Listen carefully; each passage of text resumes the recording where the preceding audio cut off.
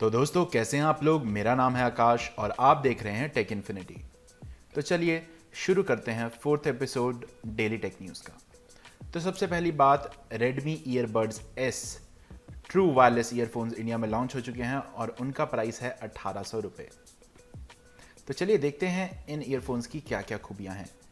ये true wireless earphones हैं और ये अफोर्डेबल कैटेगरी में आते हैं और ये वन ऑफ द चीपेस्ट मैंने देखे हैं कोई रिकॉग्नाइज्ड ब्रांड के द्वारा ट्रूली वायरलेस ईयरबड्स। ये काफ़ी पहले चाइना में भी लॉन्च हो गए थे और अगर हम लोग कन्वर्टेड प्राइस पर नज़र डालें तो वहाँ पे इसका प्राइस तकरीबन 1100 रुपये था। पर खैर डायरेक्टली प्राइस कन्वर्ट करना जनरली कुछ ज़्यादा खास अच्छी बात होती नहीं है डिफरेंट मार्केट्स के बीच में। पर फिर भी एक कंपैरिजन के सॉर्ट के लिए मैंने आपको रफ प्राइस बता दिया है। वहाँ पे मोस्ट प्रॉब्ली प्राइस इसलिए कम होगा क्योंकि वहाँ पे इंपोर्ट ड्यूटी और ये सब नहीं लगता होगा, क्योंकि चाइना में ही बन रहा है, चाइना में ही बिक रहा है, चाइना की कंपनी है। और इसके अलावा वहाँ पे कंपटीशन बहुत ज़्यादा है क्योंकि चाइना में बहुत ही सारी मैन्युफैक्चरिंग है, बहुत सारी कंपनीज़ हैं। तो लगभग वहाँ पे हर कंपनी अपने ट्रूली वायरलेस ईयरफोन्स बना रहे हैं। तो मोस्ट प्रॉब्ली कंपटीशन में रहने के लिए वहाँ पे उसका प्राइस सस्ता होगा और हो सकता है कि शामी वहाँ पे लॉस पे भी ईयरफोन्स बेच रहा हो ताकि वो मार्केट में अहेड रहें। क्योंकि काफ़ी लोगों ने इस बारे में पॉइंट आउट किया था ऑनलाइन, तो मैंने सोचा ये क्लियर कर दूं कि यहाँ पे भले ही प्राइस कम हो, इसका मतलब ये नहीं है कि यहाँ पे प्राइसिंग बुरी है। और इन ईयरफोन्स में आपको ब्लूटूथ 5.0 मिलता है कनेक्टिविटी के लिए और ये पहली बार सेल पे मई 27 को जाएंगे 12 PM नून पे। और ये Amazon, me.com और मी होम स्टोर्स और मी स्टूडियो आउटलेट से आप खरीद सकते हैं। ये चाइना में अप्रैल में लॉन्च हुए थे। और इसके अलावा हम लोग देखें तो इन ईयरफोन्स में काइंड ऑफ सरप्राइजिंग है कि इस प्राइस पे हमें इंडिया में ट्रूली वायरलेस ईयरफोन्स मिल रहे हैं। यहाँ पे 7.2 mm ड्राइवर्स यूज़ हो रहे हैं और ये IPX4 रेटेड हैं वाटर रेजिस्टेंस के लिए। और हर ईयरफोन का जो वेट है वो सिर्फ 4.1 ग्राम्स है और ये one of the lightest true wireless earphones available हैं आजकल में। और कोडेक के बारे में बात करें तो ये SBC कोडेक यूज़ करता है और यहाँ पे आपको लो लेटेंसी मोड का भी सपोर्ट मिलता है जो गेमिंग में काफ़ी यूज़फुल होगा, जैसे PUBG वगैरह में, क्योंकि जनरली ब्लूटूथ ईयरफोन्स के साथ काफ़ी लैग होता है साउंड में गेम्स में। और इसके अलावा इन ईयरफोन्स में क्लेम करते हैं कि 4 आवर्स की बैटरी होगी हर चार्ज पे और एडिशनल चार्ज जो केस प्रोवाइड करता है अगर उसे जोड़ दें तो 12 आवर का यूज़ आप एक्सपेक्ट कर सकते हैं। और लो लेटेंसी मोड जैसा कि मैंने ऑलरेडी कहा है गेमिंग यूज़र्स को बेनिफिट करेगा। और यहाँ पे वॉइस असिस्टेंट्स के लिए भी सपोर्ट है और यहाँ पे एनवायरमेंटल नॉइस रिडक्शन के लिए Realtek RTL 8763 BFR Bluetooth chip भी है। और आप कोई भी ईयरफोन इंडिविजुअली भी यूज़ कर सकते हैं बाय सेपरेटली पेयरिंग। तो ठीक है, अलग अलग पेयरिंग करने से भी कुछ सिचुएशंस में फ़ायदा हो सकता है, जैसे कि अगर आप लैपटॉप और फ़ोन यूज़ कर रहे हैं अलग अलग, आपको दोनों के बीच में स्विच करना है तो सही है ये। और अभी कुछ दिन पहले ही Realme Buds Air Neo launch हुए थे लगभग 3000 के, तो रिलेटिवली काफ़ी चीपर हैं ये उनसे। और साउंड क्वालिटी के बारे में देखें तो उसके लिए आपको फुल रिव्यू का वेट करना होगा, पर जहाँ तक मैंने इसके बारे में पढ़ा है इसकी साउंड क्वालिटी उतनी ज़्यादा बढ़िया नहीं है।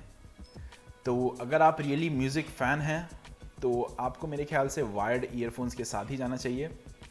लेकिन अगर आपको मोस्टली वायरलेस एक्सपीरियंस चाहिए और आपको वायर्स वगैरह नहीं पसंद, जैसे कि आप वर्कआउट करते हुए पहनते हैं अपने ईयरफोन्स बेसिकली या ज़्यादातर कॉल्स के लिए यूज़ करते हैं, तो ये ईयरफोन्स बेसिकली काफ़ी अच्छे रहेंगे आपके लिए क्योंकि ये लो प्राइस पे हैं। और अगर आप बजट पे ईयरफोन्स देख रहे हैं तो ये बुरे नहीं हैं। नेक्स्ट हम लोग देखें तो Redmi ने एक और Redmi K30 का वेरिएंट लॉन्च कर दिया है और उसका नाम है Redmi K30i। अभी हमने कुछ दिन पहले ही कुछ स्पीड एडिशन या ऐसा कुछ वेरिएंट देखा था और अलग अलग नाम से बहुत सारे वेरिएंट आते जा रहे हैं, तो ये नया वेरिएंट है तो इसे भी देख लेते हैं। ये है Redmi K30i 5G। तो यहाँ पे आपको 48 मेगापिक्सल का सेंसर देखने को मिल रहा है, 120 हर्ट्ज की डिस्प्ले मिल रही है और Qualcomm Snapdragon 765G देखने को मिल रहा है। तो चलिए देखते हैं इसमें क्या क्या है और Redmi K30 से ये कैसे डिफ़र करता है। और बेसिकली ये काफ़ी सिमिलर है। तो यहाँ पर एक आपको 6.67 इंच की IPS LCD डिस्प्ले देखने को मिलती है जिसमें फुल HD+ रेजोल्यूशन है और 120 हर्ट्ज का रिफ्रेश रेट है। ये स्क्रीन HDR10 कंप्लायंट है और यहाँ पे गोरिल्ला ग्लास 5 पैनल भी आपको देखने को मिलता है और एक पिल शेप्ड कटआउट है जो 20 मेगापिक्सल का सेंसर यूज़ करता है और इसके साथ साथ एक 2 मेगापिक्सल का डेप्थ सेंसर भी है, तो सही है। और इसके अलावा ये Qualcomm Snapdragon 765G यूज़ करता है और यहाँ पे आपको 6GB LPDDR4X रैम देखने को मिलती है और UFS 2.1 स्टोरेज देखने को मिलती है 128GB की।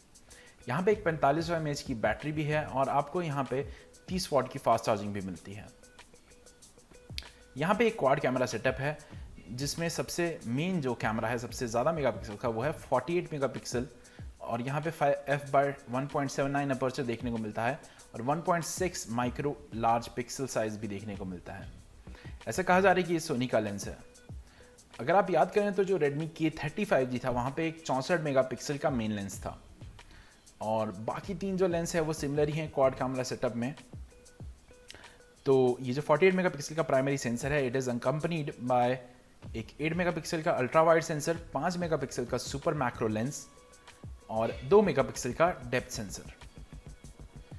और यहाँ पे ये MIUI 11 बेस्ड Android 10 OS आपको देखने को मिलता है और अदर स्पेक्स आप देखें तो यहाँ पे डुअल सिम स्लॉट है 5G सपोर्ट के साथ, वाईफाई, डुअल फ्रीक्वेंसी GPS और आपको यहाँ पे 3.5mm हेडफोन जैक भी देखने को मिलता है जो अच्छी बात है।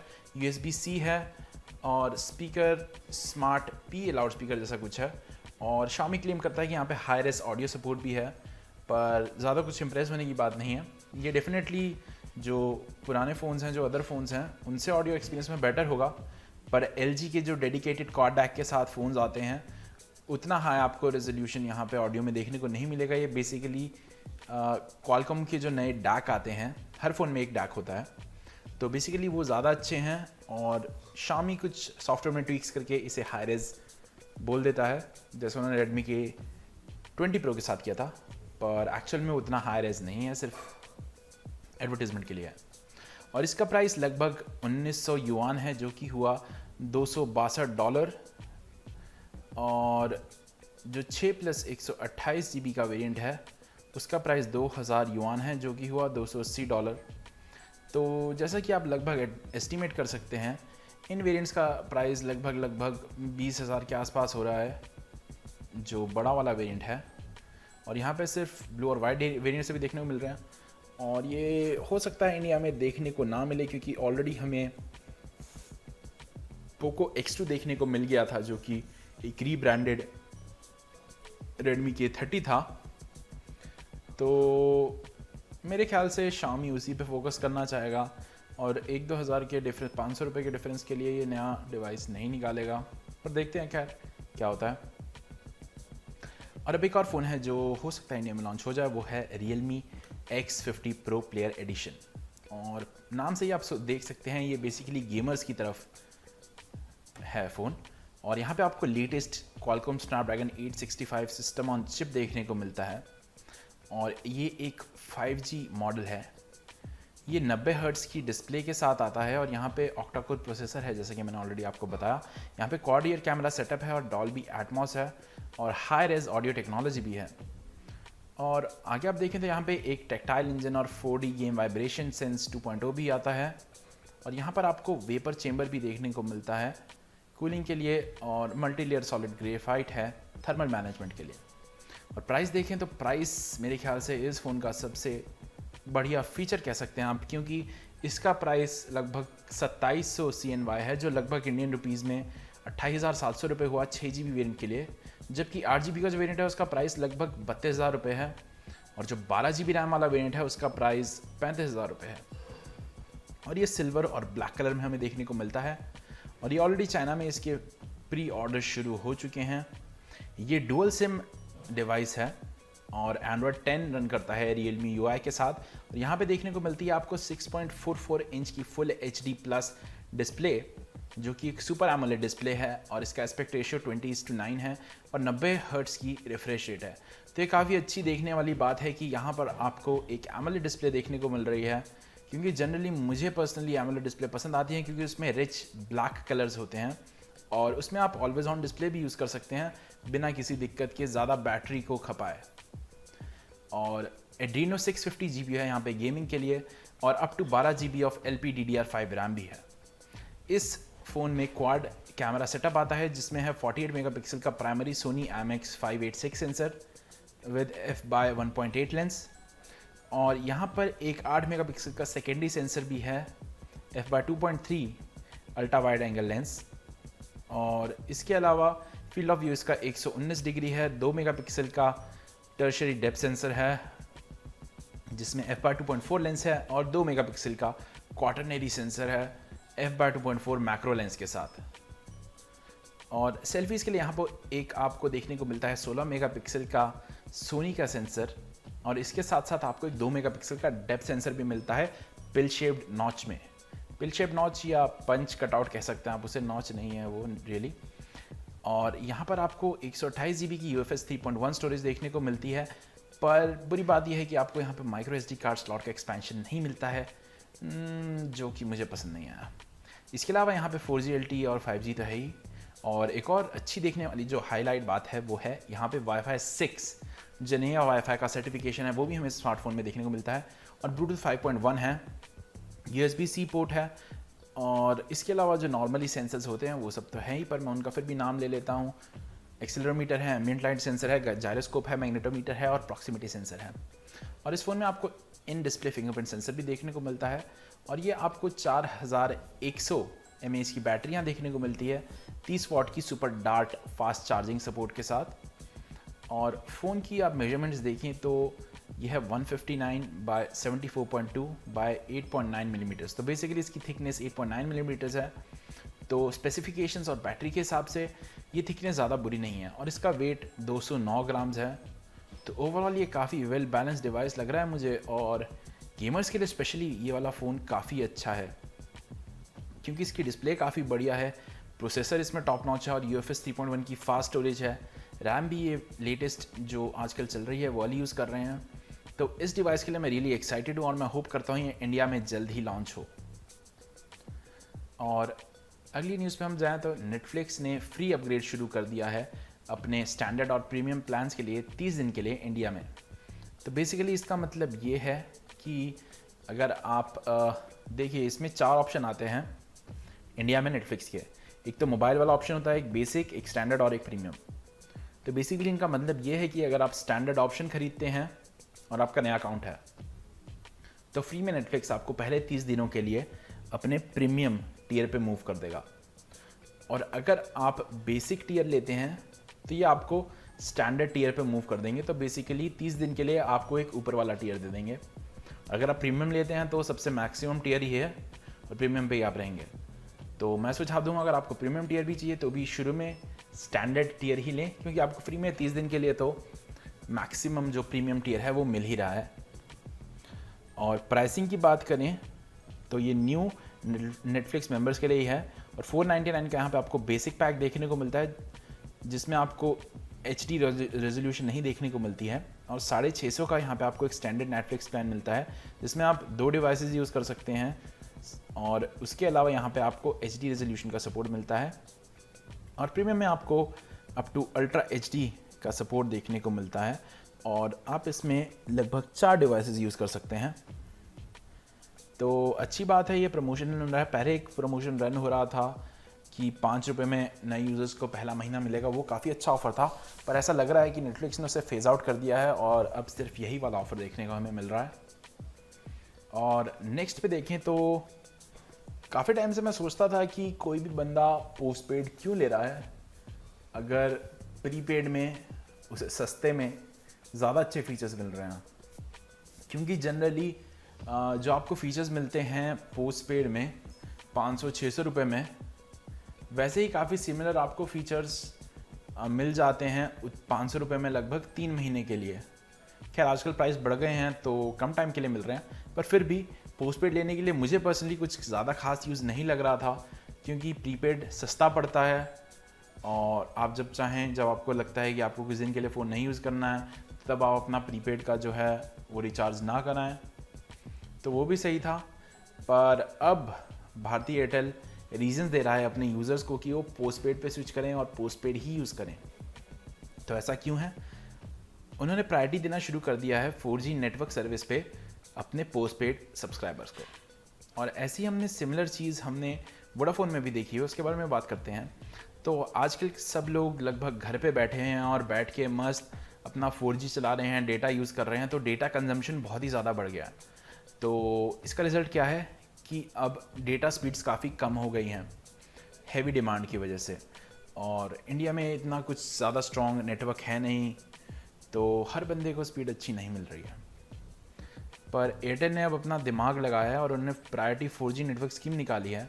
तो जो भी पोस्ट पेड यूज़र्स उनके 500 रुपये या उससे महंगे वाले प्लान में हैं, उन्हें प्रायोरिटी मिलेगी 4G नेटवर्क में। और ऐसा ही प्लान हमने देखा था, वोडाफोन सिमिलर सर्विस उनके red x post paid plan में दे रहे थे, जिसका प्राइस 1100 रुपये है। तो जो भी पोस्ट पेड कस्टमर्स हैं 500 रुपये से ऊपर वाले, उन्हें इसका बेनिफिट मिलेगा। तो बेसिकली तब ऐसा होगा कि मान लीजिए 10 यूज़र्स हैं, वो एट द सेम टाइम चाह रहे हैं कि उन्हें कोई भी फाइल्स डाउनलोड करनी है या नेट एक्सेस करना है, तो सबसे पहले एयरटेल प्रेफरेंस देगा उन्हें। मान लीजिए उसमें से 2 पोस्ट पेड यूज़र्स हैं, तो सबसे पहले एयरटेल उन 2 पोस्ट पेड यूज़र्स का जो डेटा का नीड है उसे आगे फॉरवर्ड करेंगे, सबसे पहले उनका काम होगा। और बाकी 8 लोग जो प्रीपेड यूज़र्स हैं, उनका नंबर उसके बाद आएगा डेटा यूज़ करने के लिए। तो 8 लोग फिर उतनी ही बैंडविड्थ जितनी 2 पोस्ट पेड यूज़र्स ने यूज़ की थी वो यूज़ करेंगे, और वो भी बाद में। तो बेसिकली अब फ़ायदा तो है पोस्ट पेड यूज़र्स को, सही है। खैर ये स्मार्ट स्ट्रैटेजी है एयरटेल की, पर प्रीपेड यूज़र्स इससे खुश नहीं होंगे। और रियलमी ने अपने काफ़ी सारे प्रोडक्ट्स निकाले थे, अभी तक उनकी कुछ बात भी आ रही है कि वो अपने टीवी साउंड बार निकालने वाले हैं। तो शाओमी ने चाइना में अपना साउंड बार निकाला है, जिसका प्राइस लगभग 2000 रुपये है। तो चलिए देखते हैं वो क्या है। और ये उन्होंने अपनी रेडमी टीवी साउंड बार के मॉनिकर से निकाला है, तो उनका जो रेडमी सब ब्रांड है उसके अंडर निकाला है इसे। तो ये एक साउंड एक्सेसरी है और इसमें ढेर सारे कनेक्टिविटी ऑप्शंस हैं। इसके साथ आप जा सकते हैं ऑक्स वायर्ड कनेक्शन के लिए, S/PDF के लिए, या ब्लूटूथ यूज़ कर सकते हैं आप वायरलेस कनेक्शन के लिए। साउंड बार फिजिकली 78 सेंटीमीटर का लेंथ में और 6.4 सेंटीमीटर है विड्थ में, और हाइट में 6.3 सेंटीमीटर है। और प्राइस हम लोग कन्वर्ट करके देखें तो लगभग सिर्फ 2000 रुपये का होगा ये। चाइना में इसका प्राइस 199 युआन है, और होपफुली इंडिया में भी प्राइस लगभग इतना ही आएगा, क्योंकि ये काफ़ी अच्छी चॉइस होगी। सिर्फ 2000 में आपको साउंड बार देखने को मिलेगा, तो यूज़र्स मेरे ख्याल से काफ़ी खुश होंगे इसके लिए।